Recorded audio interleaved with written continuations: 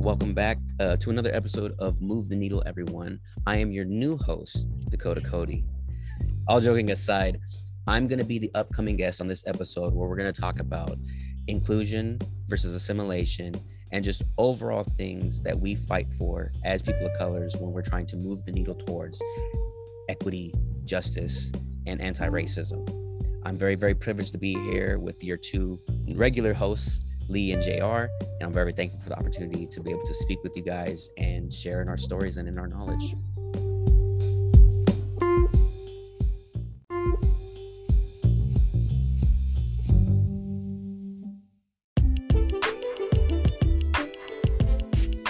Hey folks, this is Lee Grigsby here, health and life coach and founder of Live All Good Coaching.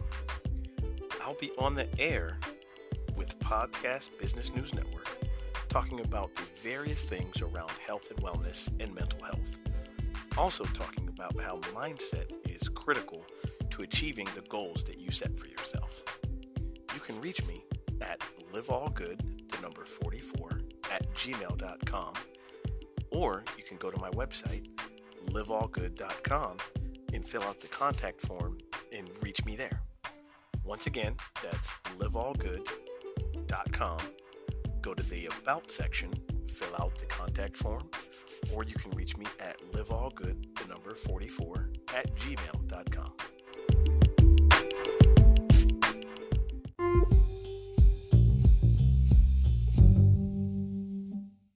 All right, everybody, welcome back from the break. We are here with the next month's episode of Move the Needle. I am here with my co-host, JR Ford. Mr. Ford, sir, how are you doing? I am doing well. How are you, man? Hey, man, I can't complain. We are rounding the corner to spring. I'm tired of the cold weather, but, before we get too deep into that, in the intro, I know our listeners heard that we have a guest today. So I'm going to introduce our guest, Dakota Cody, man. Thank you for joining us. How are you, sir? I'm doing well. Thank you both for having me. It's an honor and a privilege. I'm excited to be here. I've been looking forward to getting a chance to work with the both of you. So it's very awesome, man. Awesome. Yeah. Well, don't thank us yet because you haven't heard the questions. So. I guess that's true.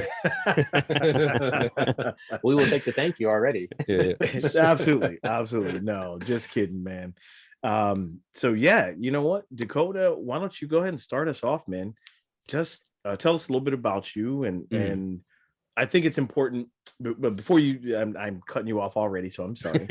But before you start, like a lot of times on Move the Needle, what we've come from the perspective has been from Black men, or with my previous co-hosts, it was still more of a Black and white perspective, right? Yeah. And that's not what it's all about. There is a lot of inequity and racism and disparity across the board. And so I thought it was important to, have this episode with you as you identify as indigenous and creole. And so I think that's an awesome point to start with, is that, there is a shared experience. So with that, I would love for you to, give us your story and your background. Yeah, of course. I mean, obviously, I'm Dakota. I'm 35 years old, so I'm starting to finally move into some adult maturity. I'm finally starting to get adulting down a little bit. It's overrated, man. Trust me. Very much so. I can tell. The signs are all there early on. Yeah. But no, it's like you said, I'm indigenous and Creole. So I have like the Latin background, the European, Spanish, and French background. I have, African ancestry, and of course, indigenous ancestry. And my indigenous ancestry being my most prominent. But because of that mixed nature, you kind of get kind of a little bit of a broader spectrum. Yeah, absolutely. Because you don't easily fit into one little box and category. And if that's one thing that we understand as people of color, as melanated peoples, is that America loves to kind of put you in a box and say, you're this, you're that. You can't do this, you can't do that, It makes it comfortable when you're in that box, when it's something that you don't understand. Well, if I can categorize you as this, not only will I be able to understand you, but I can probably control you a little bit better. But yeah. continue. Yeah, and continue. it just, it's a perfect opportunity to allow all those preconceived notions and assumptions that a society or an individual already has. Let those things just already be the baseline, because like, oh, you're in this box, you're in box A, so I know that this, that, and the other thing about you, regardless of whether it's true or not. So being a mixed individual by nature, you kind of already don't fit in that, and so it kind of, in my opinion, gives you a very kind of broad, reflective, just kind of sense of things. Because you kind of have to learn to navigate. Well, yes, maybe I'm this box, but also I'm this box, and so you learn to tightrope a little bit and do a little bit of juggling. And I think because of that, that just always made me conscientious and interested in engaging in stuff to do with anti-racism, cultural appropriation, right, representation. So I was always kind of fighting from that, even before I realized that's what I was fighting for early on when I was young. Being out here on the West Coast, being in California, it can feel like the Native American community is very, very like isolated, because we don't have that same kind of established history in like the social context, the pop culture context of like the Plains Indians, right, and all those things, because that's Old West history is that's the image, the Indian riding around bare chested on the horse and war whooping. Wait, you mean that's not real? That's well, I mean, I do that every morning when I wake up. That is my first thing that I do, but don't put us in a box, Lee. Okay. All right. Sorry. Yeah. That was not a box. Keep the box open, Lee. Keep the box open. That's right. Yeah. That's right. But yeah, no. So and so the California tribes, by and large, a lot of times, they got kind of like displaced by the Spanish settlers so quickly that their language was just evaporated almost immediately, and that's not to take away from the tribes that are here that are still thriving tribes now, even a lot of times, and doing so much in decolonizing and re-engaging in their own culture. I mean, you're talking about, was it San Manuel Casino just changed their name back to their indigenous language of Yavapai. Nice. They're saying like Yavapai of San Manuel, so they're kind of like decolonizing, reestablishing their indigeneity, which is a great thing. But especially growing up, going through the 80s and the 90s, it was real easy to kind of feel like I was the lone token, which I'm sure a lot of people have come and totally understand. I think we have both felt that that token type of feeling. Absolutely. It's the American way of life. Definitely. But yeah, so like just trying to navigate and find a way to kind of play the race politics, so to speak, especially out here in Southern California, where that has been an issue. Obviously, like you look back at like the 92 riots and stuff like that, like and of course those are things that are just facts all across the nation. Every state has that history. And so it was something that, like I said, I was always aware of. It had always impacted my life, but I didn't realize how much it was something that I found purpose in fighting and advocating for until I became older. After, my fiance and I, Peaches, who, Lee, when her and I got together, I mean, I'd done a little bit of activism before that, like going out and participating in marches, speaking out, doing that stuff. And, of course, now with social media presence being online and advocating, I kind of always done that. But it took such a jump in importance once we had our son, which Peaches and I had our son. And it was all of a sudden, it was this thing that just like I do for, what do you call it? Like prosperity, for equity for all, is now all of a sudden so much more meaning. Yeah, it just has such a deeper meaning. I know one of the things that we've talked about too is we may not see the changes that we're fighting for and the education that we're trying to provide in a way that is non-judgmental but all important. We may not see those changes in our lifetime, and I'm well aware of that, right? But it's pretty much where the name of the podcast came from, Move the Needle.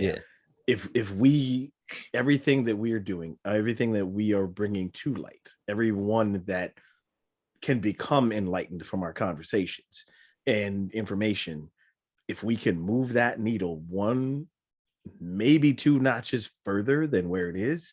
Then like you had your son, I have a daughter, JR's got kids. They won't have to start from where we've started. Yeah, Just exactly. like we're not starting from where the folks in front of us, not just ancestors, but we're picking up from where they left off. So yeah, exactly. I love that, man. I love that. Yeah. Wanted to ask a question. Unless JR, you got any questions so far for Dakota? I have a few, but you go first. Okay. Yeah. So Dakota, man, just a quick question. If you can go back to maybe like your childhood, right? Because you grew up in California also? Yeah. Okay. Yeah, LA County, all that area. So can you kind of give an example of maybe the first time that you encountered like the whole token issue, right? Yeah. Just kind of briefly talk about that, because that would be interesting to hear.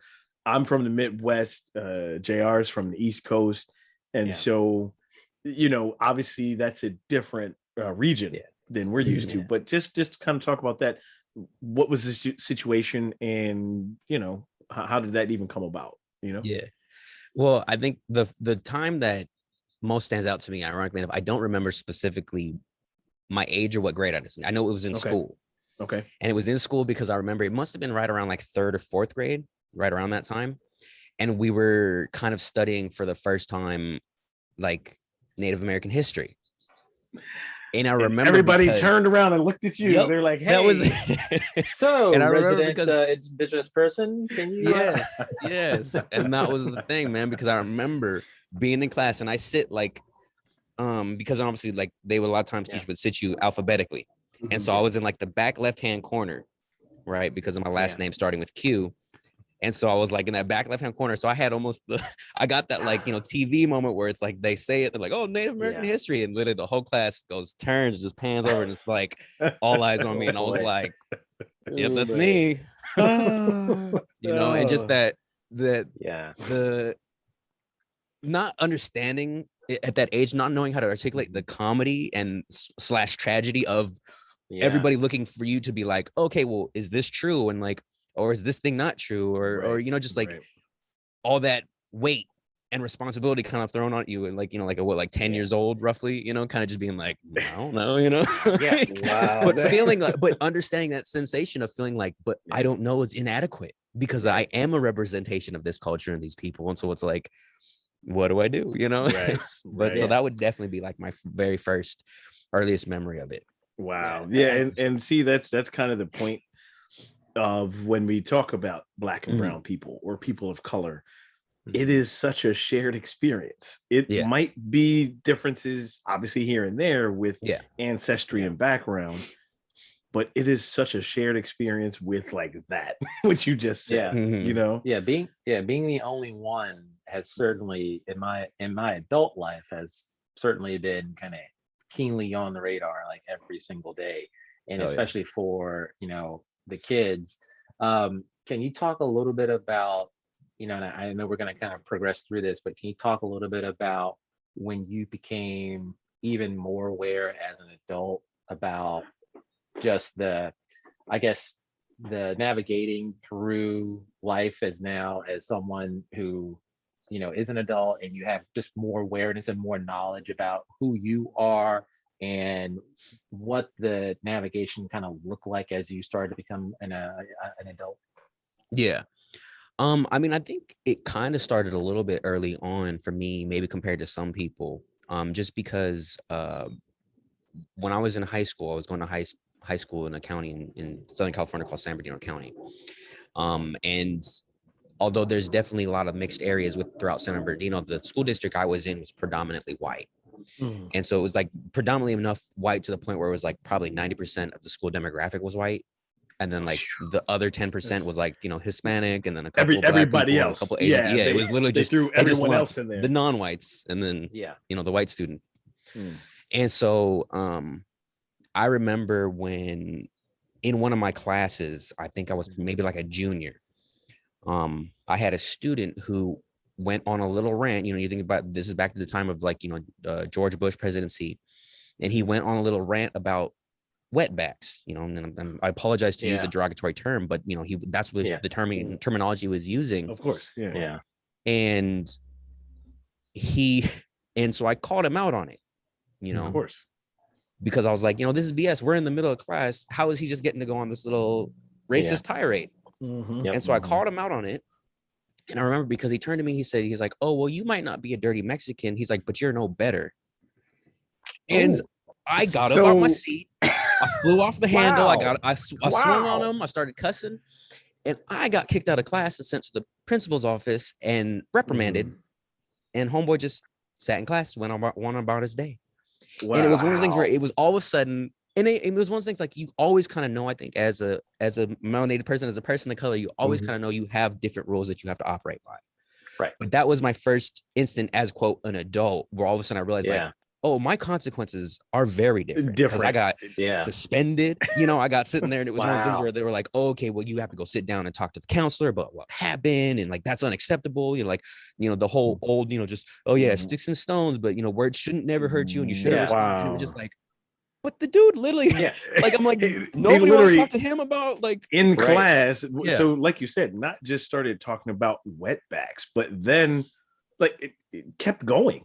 Like, it was like, the audacity. And it was just, and beyond that, it was recognizing that, knowing that I had, quote, friends in that class, right? Other, you know, white kids who were, quote, my friends. We hung out, we played together, we did things after school together, and they didn't speak up for me or advocate for me or in defense of me, or even try to go to the principal or the counselor afterwards and be like, hey, you know what, that wasn't fair. Like Dakota was just, you know, he was in the right. It was, oh, well, you know what, majority speaking and mum's the word otherwise. So it was just, the teacher was just kind of like nodding along, like, good points, you know? Oh, man. It's like, I found myself in that moment, like living the bizarre world that is, you know, structural and institutional racism. Where you just are not the same. You know, it's like, that the system didn't change. It was just a difference of who it was against that time. Wow.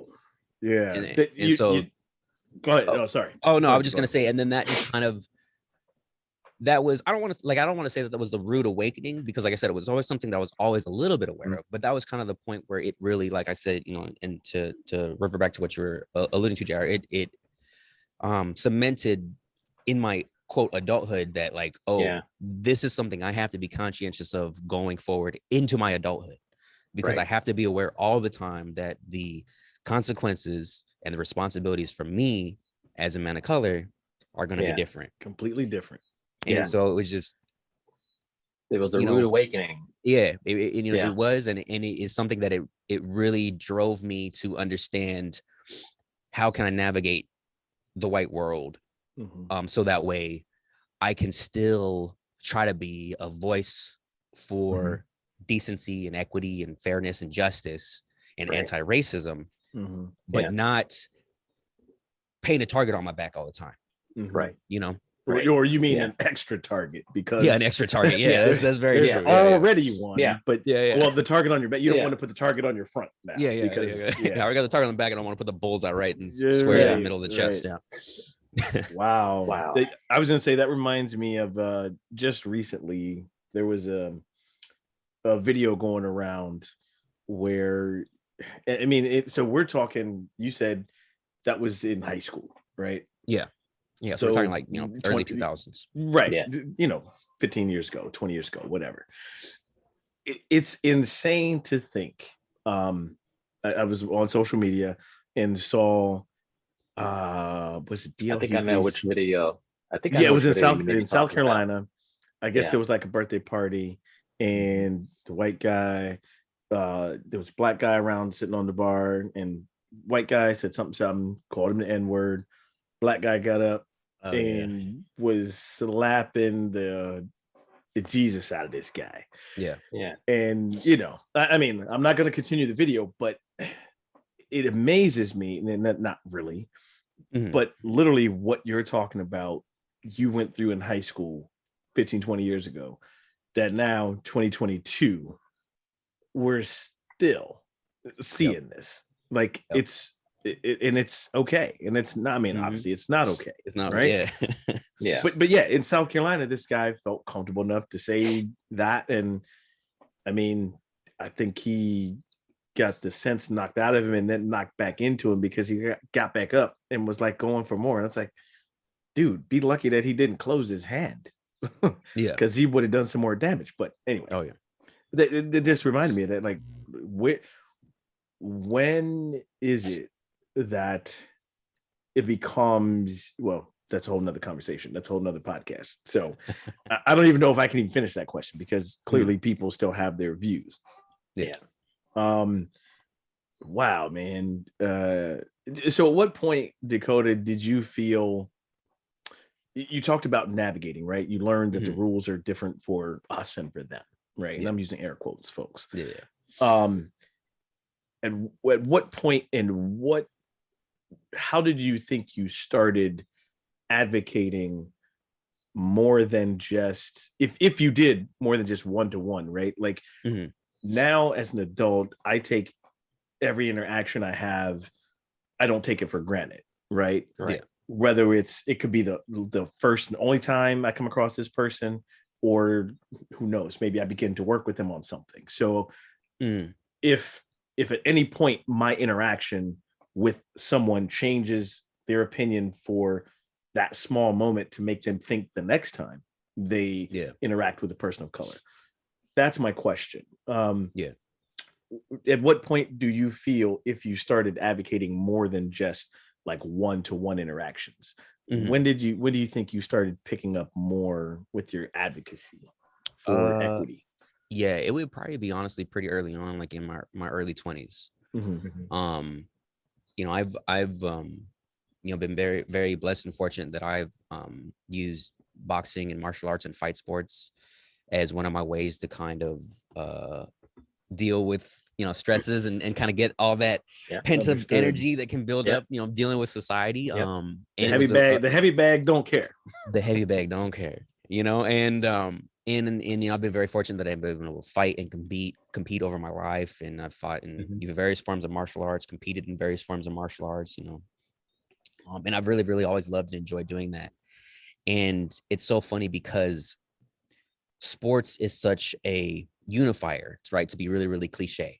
But at the same time, though, just because sporting events and sports themselves can be a unifier doesn't mean that those categories and those institutions evaporate or disappear, right? You can people will kind of kumbaya all they want and be like, oh yeah, sports brings everybody together, then everything's harmony, and then all those things just vanish. And that's not true. Those things are still there. Those institutions are still established, but it's a lot of times within the moment we put that to the side and say, oh, okay, well, it's just, you know, mano a mano, it's you know, one-on-one against team, team against team, it's you know, quote, level playing field, you know, to throw a little pun in there. but it's funny because I started recognizing and noticing that even within the fight world, there was so much kind of I don't want to say like judgment or bias, but there was an association of your ethnicity or your nationality to how you were going to fight or how you were going to compete. You know, I mean, if you're familiar with like sports broadcasting all the time, they'll even still on national broadcast refer to as like, oh, they're fighting in the Mexican style, boxing in the Mexican style, or this person has that, you know, that black kind of slick style. And it's like, you know, those are just, they do that a lot. Yeah. Brazilian jiu-jitsu, even though that's a thing, but you know, and there's definitely obviously a lot of times cultural and national ties to a discipline, right? It's not to ignore those things, but it's also though, again, you know, that whole conflict of like being a monolith, right? As a person of color, where it's like, oh, just because this person might be from, you know, like Juarez, Mexico, does not mean that they're going to, you know, do the, you know, chin down, bull forward and just bang to the body, you know, like that's, they are an individual. They have their own unique talents and capabilities, and an athlete, they might box this way or that way. They, you know, there's, but the assumption is you'll be in the ring, extra tough and extra resilient, right? Yes. Right. Because you're, you know, you know, that's, wow. No, that's no different than, it's no different than sports. I mean, we can tell you many stories of, I don't know if I told this story before on this podcast, but It reminds me of when I first got to college, and we're playing pickup basketball, right?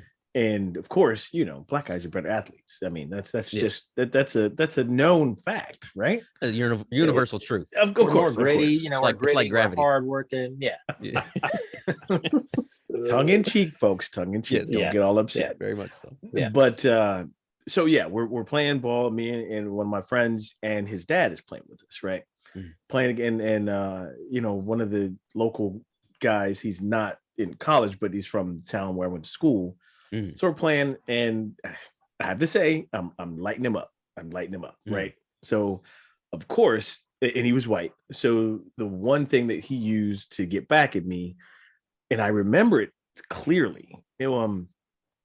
He said something like, "Well, yeah, at least I'm not flunking out of school and getting deep." And I was like, "Whoa, wait a minute!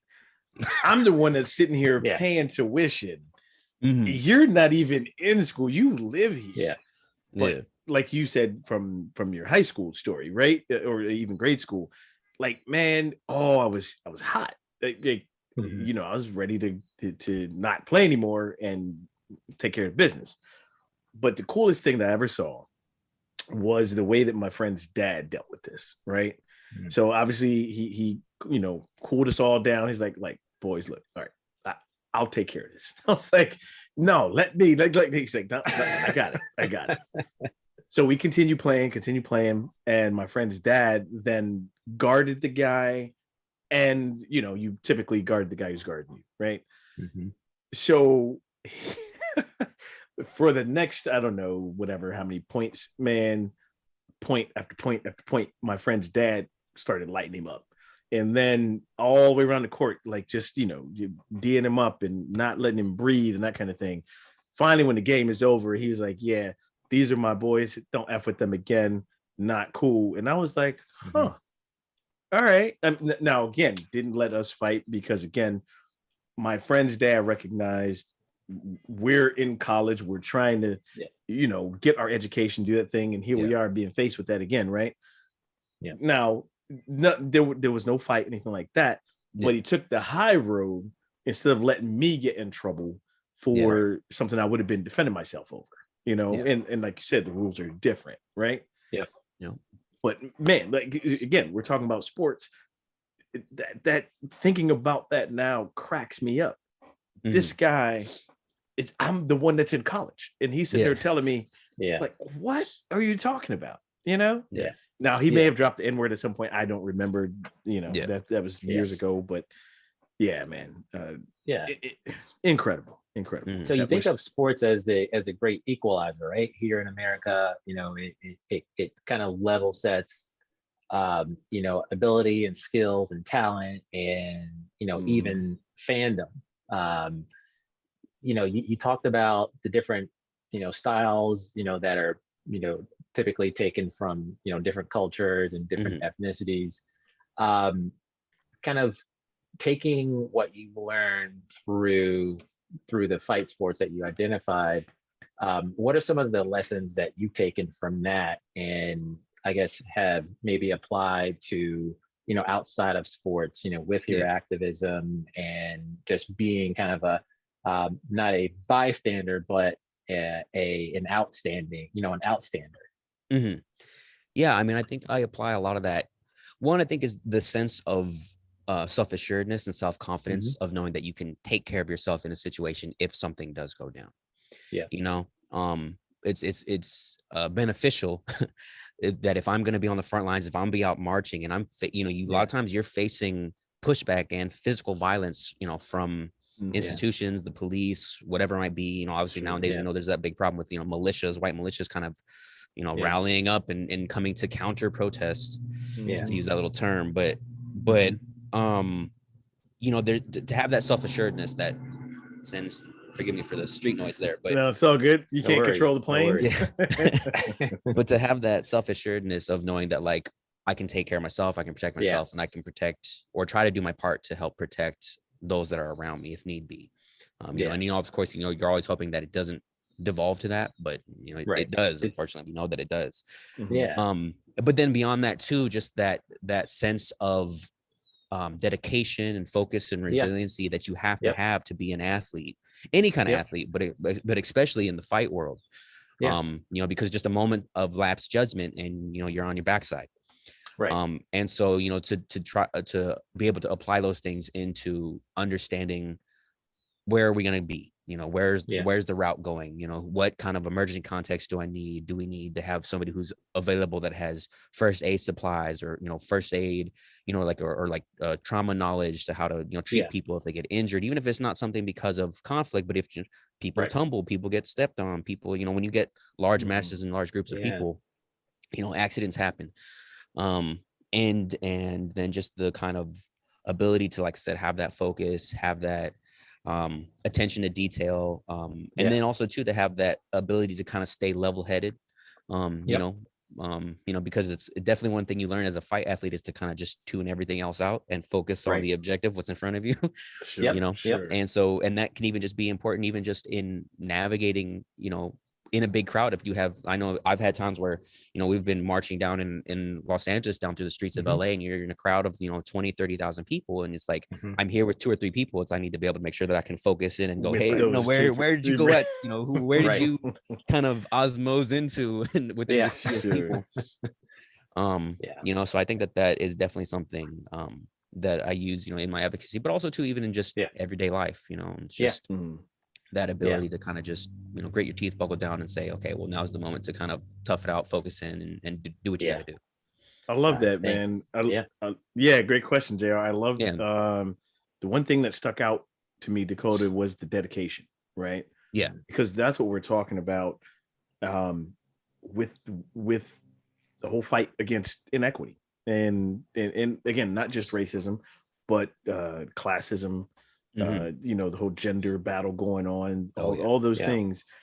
It's going to require dedication from everybody to do and look first inward, but to really understand what's right. You know, that's what we're talking about here. Hey, you guys, I think this is a great time. We take a break here. Dakota, thank you so much for giving us like your background, right?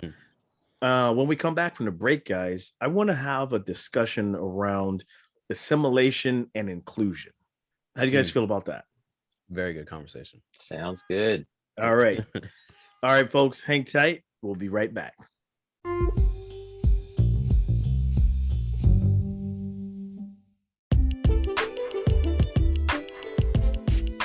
Hey, folks, this is Lee Grigsby here, health and life coach and founder of Live All Good Coaching. I'll be on the air with Podcast Business News Network, talking about the various things around health and wellness and mental health.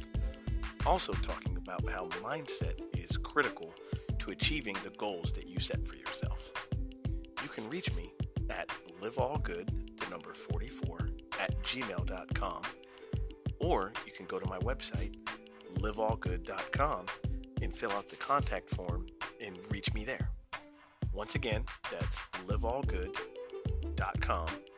Go to the About section, fill out the contact form, or you can reach me at liveallgood44@gmail.com.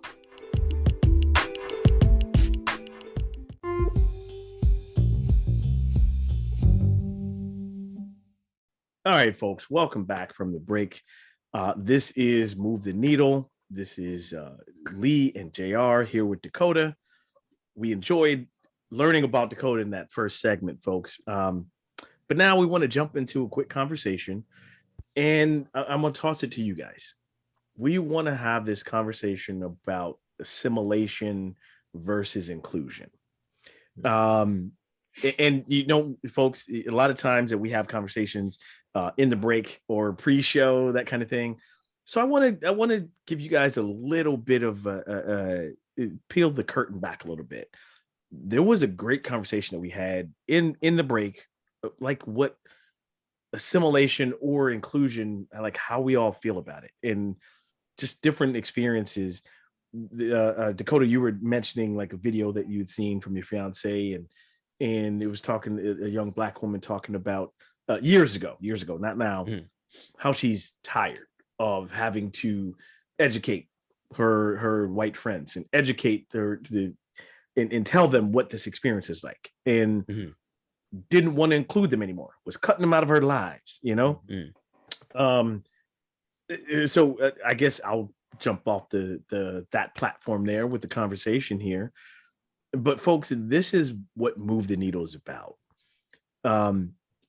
We want to have these difficult conversations. We want to have the topics that you would not typically hear at the dinner table, or if you're not a person of color, if you don't understand them, we want to bring you in, right? We understand that, no, we're not blaming anybody. It's not your fault necessarily if you don't know. Now, if you're doing something because you want to, that's on you. But but for the most part, what I get, at least from a lot of my white friends, and this is also how Move the Needle started, because I called out my white male friends. Yeah. But what I get a lot of times is the majority of people are frozen with what to do. Yeah. Because they don't want to do the wrong thing, and I'm using air quotes with wrong thing, because someone of color is going to jump down their throat and say, no, you can't do that. That's the wrong thing to do. Or they continue to do something they think is right, and it doesn't help at all. Yeah. And so they get stuck in this point where, all right, I know in my heart and my head that something needs to be done. And I can't just continue to put money at the problem, because that doesn't necessarily change things. What do I do? So I just want to say that, folks, this is what we're here for. This is what Move the Needle is about. We want to bring this to you with understanding, with empathy, that we're all in it together. But now we need those of you who are not of color to be allies, because we all have skin in the game. Okay. So the difference for me between assimilation and inclusion, if you want to understand how to act, you want to celebrate differences. Let people be who they're going to be, right? Assimilation would be, well, if you just did this, or if you came to work a little bit less animated, you know, those are assimilation things that do not celebrate the differences of culture and the differences of people. Now, there are certain things as decorum, like you shouldn't, there's certain things you can and cannot do in a workplace, right? There's certain ways that you should act in other ways. And I'm just talking about social norms, not cultural norms. But you can't ask someone to deny who they are. Like, you know, Black women have had a lot of issues with hair, right? They should, now, professional can be a different type for everybody, but if you've got curly hair, let it be curly. What does their hair have to do with their job performance? Just a question. So I toss it to you guys, the conversation, assimilation versus inclusion. I just wanted to kind of provide the definition for assimilation and versus inclusion, and I think it's really important to identify what those key differences are. And assimilation in a context of here in America, really lends itself towards others buying into a system, into a community, into a structure that will fit the larger community.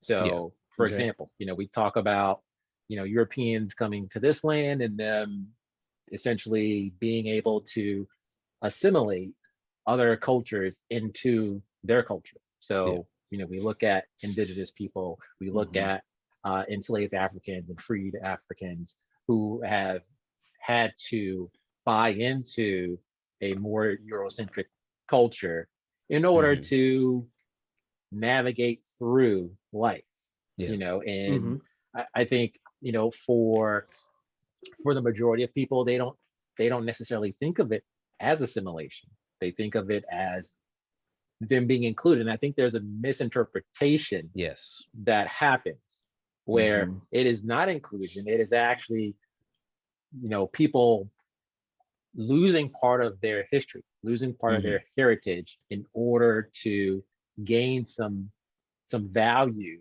into this other culture. So I just wanted to kind of frame that out and get your perspective, Dakota, on how you feel assimilation has impacted you, your family, and in your community. Yeah. Well, it's funny, like mentioning that, you immediately brought up in my mind a memory from childhood, right? To just to focus in on the personal, so to speak. It reminded me of, I remember I was fairly young, and it was one of those things where my grandmother, who spoke like Spanish, English, French, right? Very, very intelligent woman. She was one of the first, she was, Afro-Latino. She was one of the first women of color to be the head of a medical lab in Los Angeles County, and possibly the state of California. I'm not sure of that second one, but I know in LA County for sure. She worked at the hospitals here in LA. She was a virologist. She worked with disease and with blood work and all that stuff. Very, very intelligent woman. Very, very proud of her culture. But I remember as a kid asking her, well, how do I say these things in French? How do I say these things in Spanish? How do I, teach me these other language? And her saying, no, you're American, so you learn English, because that's the country you live in. That's how you're going to get by, is by speaking English, speaking good, proper English. Right. And that was such a it was one of those things where it's like, it felt like a betrayal, even to my young mind as a kid. I was just like, this feels wrong. It doesn't feel like I should have to walk away from or remove my cultures and my languages to be able to fit in, and to be able to get by. But at the same time, she was my grandmother. She's teaching me. She knows best, And so she's giving you the tools to navigate, right? Exactly. And she really was. She was in the best way she knew how, because of the generation she had come from. This was the way she knew to best navigate, for lack of a better phrase, the white world. That's a great point about what literally this conversation, assimilation versus inclusion, right? It in her experience, because your culture and she was not being included. Well, how did I get my seat at the table? I got my seat at the table by doing this in English. And by doing that is assimilation. That's not inclusion. No. Wow. Man, so I didn't mean to cut you off. Oh, no. That was, I wanted to hammer that point home. That was a huge and point. that's and that was something where, like I said, at the time, because of my age, I didn't know how to recognize that. But there was still just something innately within me that recognized, like, but this doesn't line up. This doesn't make sense. Cutting something out to focus on something else. Why couldn't I do it in Spanish, English, and French? Why can't I do it in any language, regardless of what your background might be? Why can't I come to the table speaking Japanese, whatever it might be? I think, and it was just one of those things where it was, like you said, the difference between acceptance and inclusion is, why do I have to ignore or limit or remove a part of myself to have access to the things that we say are supposed to be written into our Constitution that we all have? And so I think that that's something where, like you said, in moving the needle, from the generations that came before, not just from, ancestors all the way back, we could, have that whole conversation about the forced assimilation of our ancestors, as both on the African side as the indigenous side. But even just into more contemporary life, that's 2 generations ago in my family, my grandmother, and so I think sometimes too, that's something that particularly people who are not from communities of color kind of lose sight of and don't understand the time frame. Right. Because especially too, when you think about how much even our more recent history with, like the civil rights movement and everything like that, that was only the 60s, but all that footage is in black and white. And you think black and white way, way back, But it's like no, my parents were born into a segregated world. Oh right? my gosh, Dakota, Yeah. you were hitting it on the head, because I literally posted something. I shared a post. I believe it was my cousin or somebody, and I'd seen several people post about Ruby Bridges, right? She just turned 60 something. I'm losing it. Yeah. 67 maybe, something like that. I'll say 67 or 68. I think 67.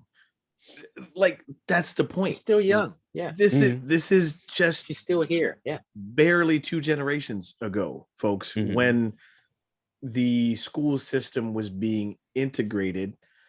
So I'm gonna throw you guys a curveball. The integration with, segregated schools. Yeah.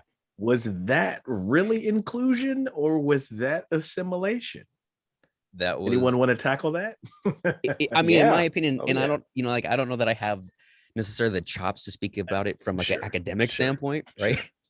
But I can say from my personal experiences and the, kind of thoughts and opinions I've formulated because of that, I would say that leans much more heavily towards assimilation. Yeah. Because it was never a standpoint of, well, we're doing this because this is how we move forward as a progressive society. This is how we include everybody at the table, right? The, air quotes, proverbial table, so to speak. This is how we give everybody opportunity and a voice to make up for the inequities of the past. It was just about, oh, well, for legality's sake, let's get this done, because then we can say, okay, well, we did this thing you were asking for. Right. Woo. Mic drop. End of segment. No, I'm kidding. Not end of. JR, I was going to jump in, but JR, if you want to jump in, go ahead. Yeah. No. Yeah. I think Dakota, you hit it right on the head. About not necessarily, I guess, giving different cultures, and at that time it was black versus white, right? The civil rights movement was mostly looked at as a black and white issue, but there were multiple cultural inequities that were in action, whether you were of Japanese descent because of internment camps here, or you were being moved out of your historical land that your family was raised on, or we talk about the boarding schools again, right? About making sure that in order for different smaller groups of society, in order for them to progress in the manner in which the majority sees it, they need to get on board, whether it's through education or through some other mechanism. And I think it's really and the thing is that there's no general awareness about it, or there's no, I would say, there's no urgency. There hasn't been urgency with the majority, to right the wrongs. Now we've seen, quite a bit of progression through, for example, black beaches, historical black beaches, whether it was in California. And I think there was recently, some beach property that was reclaimed by a family who had owned it. And I believe the city, took it away because it was that's out here. That's out here in California. That's out here in LA. Southern California. So I think though the thing that I come away with every conversation that I hear about assimilation is that the broader scope of these issues aren't necessarily being heard by the majority, and how we can change that. So I think that's just one thing that kind of really continues to jump out at me, is that with each generation, that these conversations are being made and being had that are touching more people than they were 20 years ago, where we weren't having necessarily these conversations because it was too controversial. And we still run into that now, where for example, critical race theory, it's a hot button topic, but guess what? Critical race theory has been around for ever. You know, it shouldn't even be it shouldn't be a hot button topic because it's not really a theory. It is history as a whole topic. Yeah, not it's one slice of history. It's a field of study. It's it's literally like if you, because it's funny because you reminded me, and sorry to jump in, but you remind me of, I was actually just listening to a piece on NPR the other day where they were talking to one of the professors, and for the life of me I can't remember his name, and I apologize for that, but he was one of the professors that first coined the term and started using that, and it was like actually applying that to collegiate courses like back in like the 80s. Right. Yeah.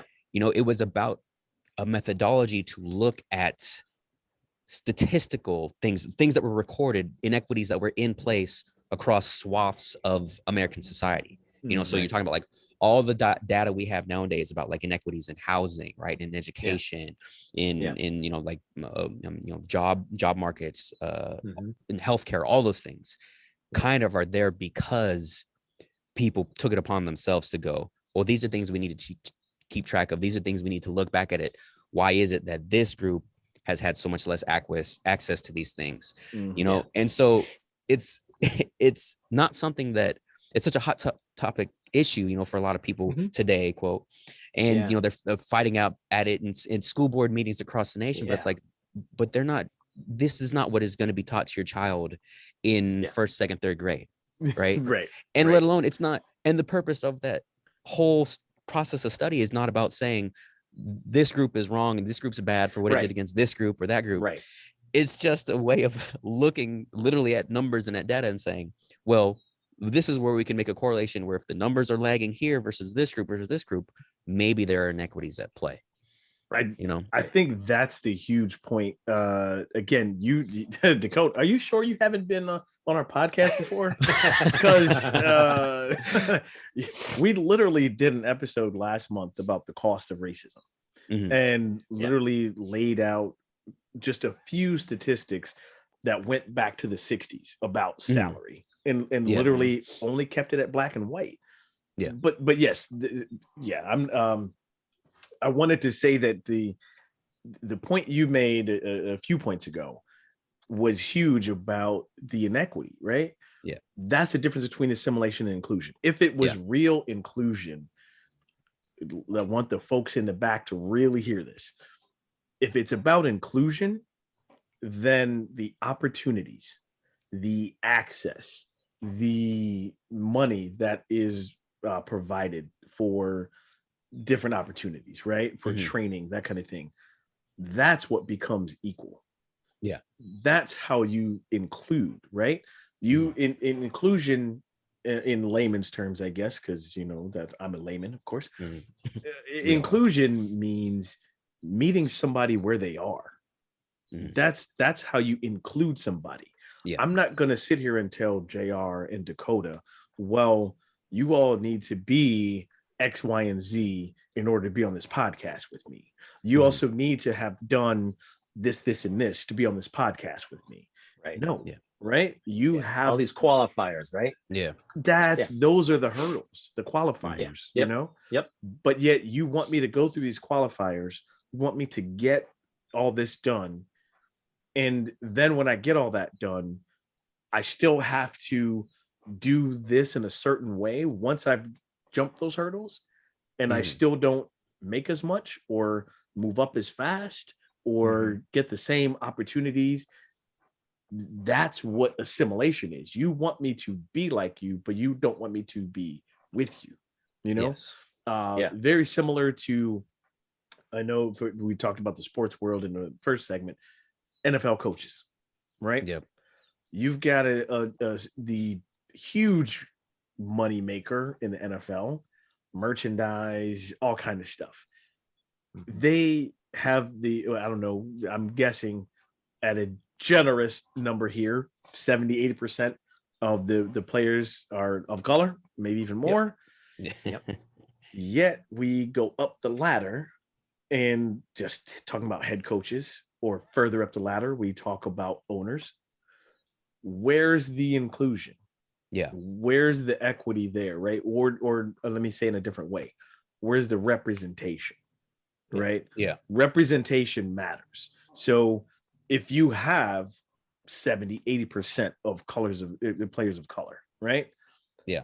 There's going to be a huge difference in getting my player to perform a certain way that I want them to perform as the coach if I don't understand where they're coming from before they've even gotten to my team, right? That's a big deal. Now, hopefully you can be a smart enough person to then understand and be able to communicate with them. But it makes the communication bridge a lot easier if you understand and have a shared experience, right? Yeah, exactly. Yeah. And where's the access and opportunity for these brilliant coaches or even players who could to become coaches? Where's that?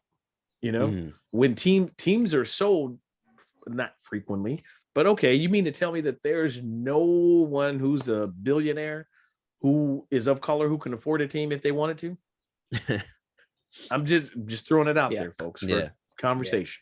I think it's also important. Okay, go ahead. No, go ahead, JR. No, I was just saying, I think it's also important to identify that when people, and I'm saying this anecdotally, but when people talk about race, they think that everything is on a level playing field, right? And we keep having to reiterate and to say that no, this is not a level playing field. When you hear people saying, pull yourself up by your bootstraps, that is not a real thing, that happens outside of, in communities where there has been consistent under serving of resources and equity. Well, to be fair, real quick, it's not even a real thing in the majority communities. Because if you pulled yourself up by your bootstraps, then how did you start at a higher level already? Right. How did you have that great foundation with old money? Go ahead, JR. Exactly. Sorry, so it's generational. No, that's a great point. It is an excuse that is constantly being used and promoted to disqualify someone who is trying to pull themselves up to make to have a better life, whether it's them creating a new business for themselves or going into the educational system and trying to make a better life for themselves. But you always hear about just pull yourself by your bootstraps. Why do you have all these issues within your community and stuff like that? And I think that there's just this general scapegoatness that that people give to people who they see as less than, right? So that's the assimilation part. That excuse you're talking about, that scapegoat. That's what if you could just do this.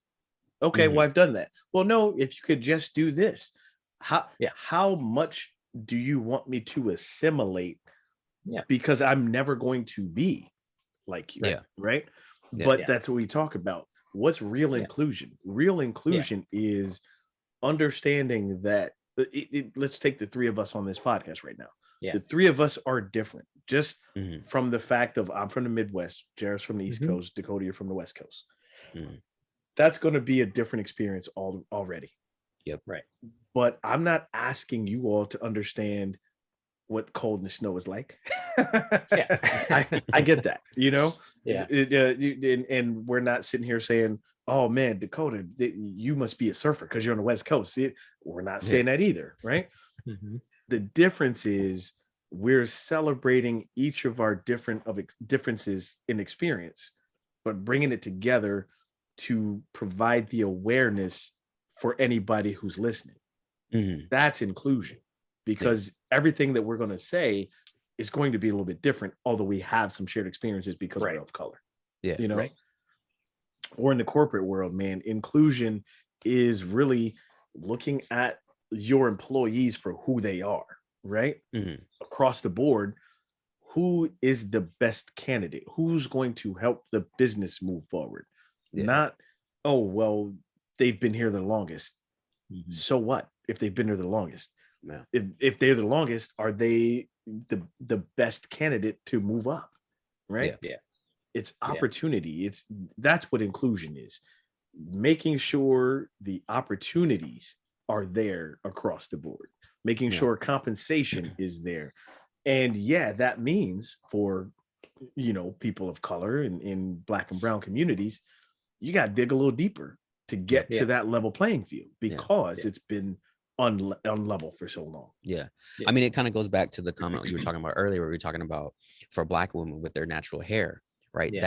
That quote perceived notion from majority society of professionalism. Why, if it was really about inclusion and not about assimilation, then why is it that for this Black woman to be successful, she feels she has to straighten her hair out? Right. Great point. Why does she have to adhere to their ideas of professionalism, their quote standards of it? Right. Because if it's about inclusion, it's, we see you for the capabilities you have, for the potential that you show, and for the work that you do. It shouldn't matter that she's got her hair up in a bun. It shouldn't matter if she's doing twists or locks or anything. Bantu knots, however she want to dress it up, however she wants to let her beauty show, her Black Girl Magic show with her hair. Hey, if she's doing the job, if she's putting in the work, if she's contributing to the company, and if she's the best person for that role, then that position should be available for her. Absolutely. Wow, guys. Any last thoughts on assimilation versus inclusion before we go? Actually, I think I would kind of too like to mention a little bit on the fact of how I really, really love what I'm seeing right now in 2022, in the year that we're in, and even just in the last couple of years, kind of the pandemic, where because we were all stuck at home, so much of our conversations and so much of our kind of awarenesses about society moved to online, a digital space. I really want to talk about the fact of how much I think it's so amazing how much you see, particularly from the younger generations. And I'm even talking younger to myself. I'm talking, people from like Gen Z and down, how the work that they're doing to put a lot of these issues in their social media feeds, in their TikToks, in their snaps, on their social statuses are constantly promoting and advocating inclusion, real inclusion, from the Afro Indigenous community, the Afro Latino community, the Black community, the Asian community. All of our communities are coming together and saying, we've been divided, we've been separated, we've been told all the different reasons why we're different, why the same struggles don't apply, but we're here to tell you that they do. And I think that that's such a great thing to see. I think it's such for me, it really lends me to a place of hope, of feeling like there is real progress that's going to be made going forward, because I know, just going back to my own life, looking at how I felt like, the LA riots were in 92, right? And it was like all of a sudden on the national stage, the treatment of us as community colors, and particularly, for Black folk at the hands of police, right? And then that conversation disappeared again for a long, long time on the national stage, and it was something where it was like, those conversations weren't happening again until I was in like my 20s, like my mid-20s. And, part of that was just the difference of technology that was available at the time. But part of it, I think, was a kind of,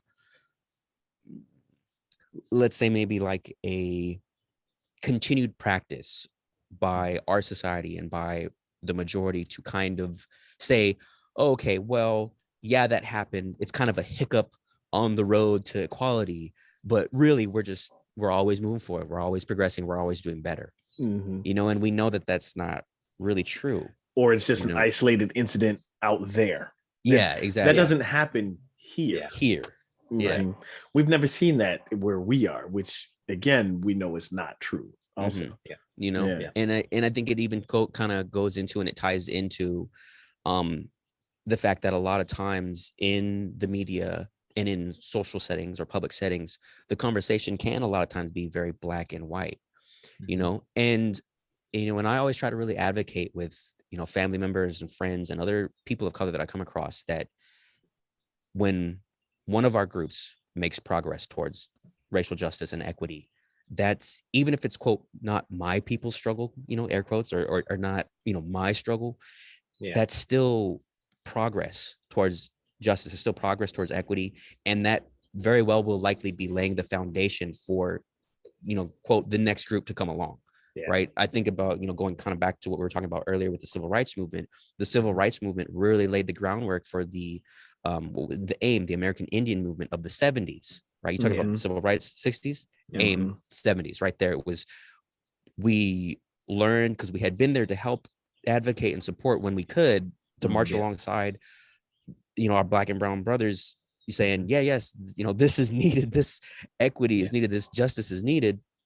And then we took a lot of that same model and applied it in the 70s for a lot of the inequities that were happening within our community that were specific to our struggle, but were part of that overall branching fight against racism, and I see that still now a lot to this day, where it's like those trends are continuing. And I remember, in some of the marches and protests that Peaches and I participated in for the Black Lives Matter movement after the death of George Floyd, of how diverse a lot of times those marches were, where you had white people in there, you had a lot of white allies that were there to support and really felt the pain of it, even if they didn't know personally the struggle, right? And you had members of the Latin community, you had members of the Asian American community, the Pacific Islander communities, indigenous communities, of course. And there was a moment where in one of the marches we were participating in here in LA, we were down at the Justice Building, and they opened up a moment to allow people to kind of get up on the mic and talk about shared experiences and stuff like that, or personal experiences with, racism and those things. And it was so interesting to talk about, to see and to talk about. And I participated in that, of going up as members of, quote, different communities of color, and talking about the shared experiences that we have with racism and violence from the police in our own communities. And it was so funny to see how certain faces would kind of look over and go like, I didn't know that was happening to you guys too. And it was just one of those things where it was like, because, we talk all the time, and because it needs to be talked about, the violence of, police and police institutions against the Black community. But what a lot of times gets overshadowed in that conversation is that, for Indigenous and Native American peoples, we're right up there at the same numbers statistically. It's about a little over a 3-to-1 chance that a Indigenous person will be killed by a police officer as opposed to their white counterpart, so to speak. And then on top of that, you break it down further within our communities, it actually goes higher when you isolate it to just women. Native American women die at almost 5%. It's like a 4.8 or something like that. It's some weird, horrible number when you think about that. In essentially a 4-to-1 ratio, women are dying. Native American, Indigenous women are dying at the hands of police, as opposed to their white counterparts, and the same thing. I know it's, the numbers are different and they vary. Same thing for Latin community, it's around 2%, and the Asian American community is, a little bit lower, but it's just one of those things where it's like, those are things that we're all experiencing. Right. And when we don't take those moments to share those stories with each other and to share that struggle that we have, that we share, that the nuances of that conversation can be lost. But on top of that, the ability to what's the word I'm looking for, but kind of to gosh, I can't think of this word, I'm sorry. No, but we're to be able to empathize and to sympathize with each other, of saying like, oh yeah, this is a shared experience that we have. The specificities might be different, the historic foundation of it might be different, but it's something that we're both experiencing. And so this is all the more reason for us to advocate and support and include each other in this fight. Wow. Oh man, I don't have anything to say after that. Yeah, right. There's nothing else. No, Dakota, I thank you for like tying that up and wrapping that very neatly, because that's exactly what it's about, inclusion, and that's what you said it perfectly. So thank you.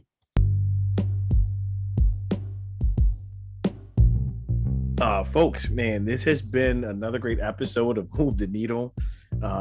We have appreciated you listening to us. Dakota, JR, and I have appreciated you being here on this episode with us. Thank you very much for having me. Absolutely, man. Our pleasure. You can catch us on Amazon, on Google, Apple, Spotify. There's a few other smaller platforms that you can listen to. search Live All Good podcast, and you can find the Move the Needle episodes. Once again, we appreciate you being here, and we will get back with you next month.